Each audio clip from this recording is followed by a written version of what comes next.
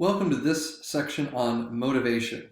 This is technically not part of emotional intelligence, but more personal intelligence. We saw in our opening session that motivation and social skills relate to slightly different areas of emotional intelligence, but in most of the popular writing, they do include these two under the topic.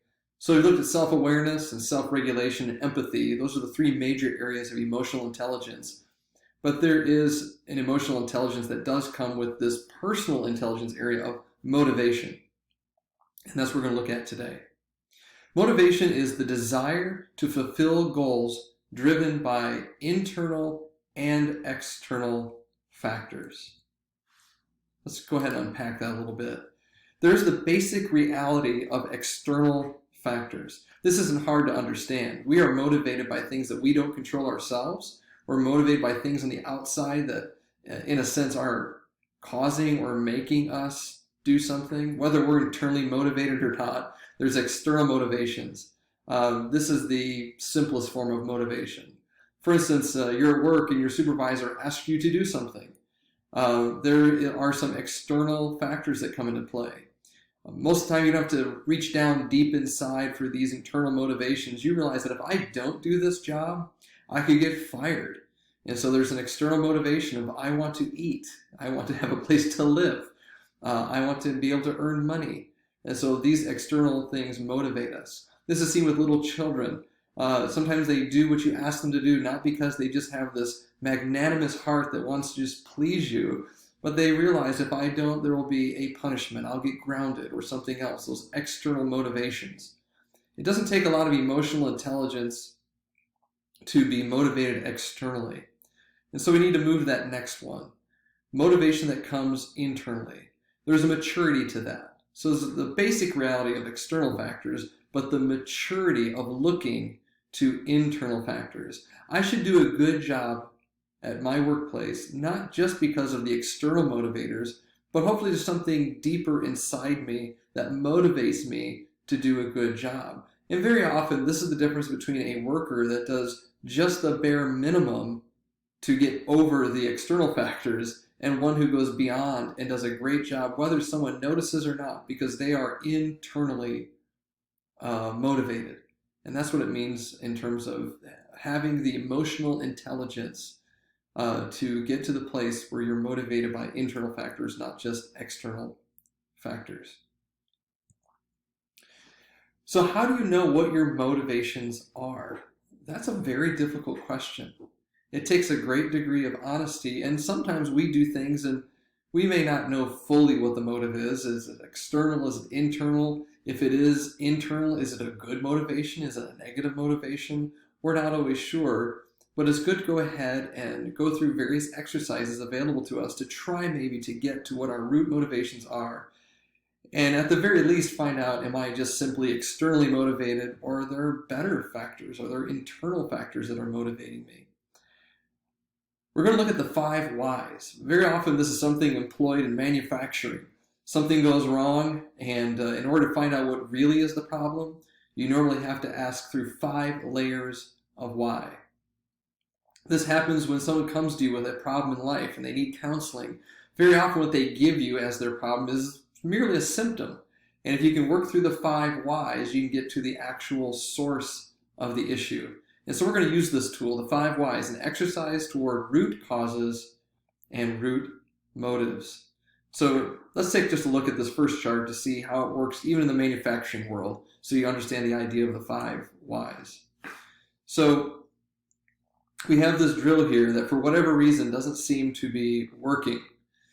And you go here and you find out that there's a fuse box and there's a blown fuse, or maybe a circuit breaker has tripped. So you say, it's an electronic problem. Of course, you can put that fuse back in. If it keeps blowing, you know it's got to be a deeper issue. So you look back and say, I wonder why the fuse box has a problem. We go back and say, well, the bearings here aren't being lubricated like they need to in order to spin that drill. And it overloads the system and it blows the fuse. And so you say, well, I wonder why the bearings aren't properly lubricated. Let's check the pump. And you realize the pump is in working order. That's not the problem. The pump is working just fine. And so you look down here and say, the lubrication seems low. So we're trying to pump. There's nothing really to pump a whole lot. And then therefore it doesn't make it to the bearings. And therefore it overloads the system and blows the fuse, and the drill doesn't work. So you have to go all the way back and say, so why isn't there any lubrication? You find out there's a problem in the lube supply. The supply line isn't feeding the lubrication chamber from which the pump gets its lubrication to give to the bearings to allow this drill to work without overloading the fuse box. And so we go all the way back and realize that the problem here isn't the drill. The problem isn't the fuse box. It's not the bearings. It's not the pump. It's not the lubrication. It's the lube supply. So if we're very short-sighted, we could look at this chart and say, hey, there's just a fuse box problem. And you'll just keep replacing those fuses over and over and over again. But by asking a series of questions, number one, what seems to be the problem? It seems to be the fuse box. And we go through 5 different whys and we get to a far better solution and realize the problem is all the way back at the lube supply. We try to do this with our motivations by asking at least 5 whys. Sometimes it takes more. And so let me give you a motivational case here. And if you've lived in a home with a lot of people in it, especially children, getting ready in the morning can always be an issue. And sometimes you have a conversation that goes a little bit like this. You're on the way to school and one of the children says, I don't have a lunch today. So you may ask the question, why didn't you pack your lunch today? Very often you'll get an answer like, well, I was late getting down to breakfast. I barely had breakfast. I didn't have time to make my lunch. So you ask the second why. Why did you get to breakfast so late? Well, I was late because it took me a long time to get into the shower. Sun was in the shower, so I couldn't take my shower and then come to breakfast. So you ask another why. Why didn't you get up and eat breakfast while someone else was in the shower? Perhaps their response is something like, well, I don't like to shower before I have my breakfast. I like my breakfast first and then get a shower. So you might ask the question, well, why didn't you just get in the shower? Why didn't you get up this morning after I told you it was time to get up? You could have made it into the shower had you gotten up when I told you to get up. And maybe they give an answer, well, I just don't like getting up in the morning.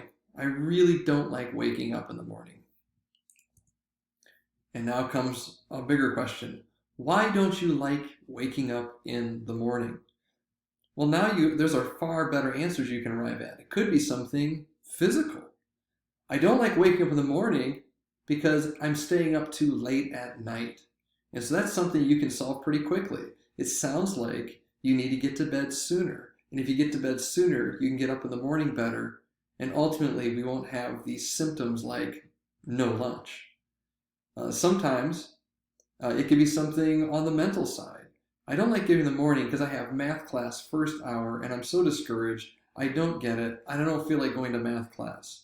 It's something maybe needs to be solved academically. Sometimes it could be something very emotional. Why don't you like waking up in the morning? Because I don't like having to face the people at school. I don't have any friends, or people are making fun of me, or there's something happening there. Going back to that why helps you deal with the root problem far better, and it also allows you to respond to the symptom that may have been really irritating. Being halfway to school and realize there's not a lunch packed, it helps to go through the whys because you can kind of see the level here. And if it's simply, I go to bed too late, we can fix that. You're going to have to feel today the consequences of going to bed too late. Now, if it's my fault, I might have to think about that a little bit more. Or there's a lot more sympathy and empathy when the person says, I don't like getting up because I'm having trouble at school, whether emotionally or otherwise. It helps you not respond too strongly to a lunch not being ready. So that's a case scenario of getting the 5 whys. And so what I want you to do, this is a little bit of homework. You can sit down and do this exercise and ask yourself the beginning question, why do you work diligently as a real estate agent? Now, understand if this is going to be a helpful exercise for you, it requires honesty. Sometimes we always know the right answer to give, So you may look at this, why do I work diligently as a real estate agent? And you know the right answer that you really do want to give. And it's something like, I want to help people. And I know most of you do have that motivation, but you have to be honest about it. At some point, you might say, well, I just want to make money. And you ask yourself the question, why do I want to make money? And then you get some of those better answers. I want to make money because I have these goals for my life, I have these goals for my family, and so forth. And part of it is I want to do something where I can make a living for my family while helping other people with some of the most important decisions they're going to make. So you ultimately get there. But I think you need to be really honest with yourself, because when you get to the bottom of the root motivations, only then can you evaluate. Say, all right, I'm going to be honest with myself. I don't have the best internal motivations here. I'm totally motivated externally. And if you just have external motivations, you can understand, well, maybe you're feeling burnout, or maybe you're overly discouraged. And so it's not a problem to have a poor motivation or just external. That's not the problem. The problem is when you don't do anything about it. So this could be a great exercise for you to be really honest, see what that motivation is, and if it's a great motivation, stick to it. Let that be a constant thing you appeal to. If it's something that you see the results, say that's not so great, well then change it. Think through your life. Find a better motivation. Find something that's going to motivate you for the long term and that you can be proud of. So that is motivation.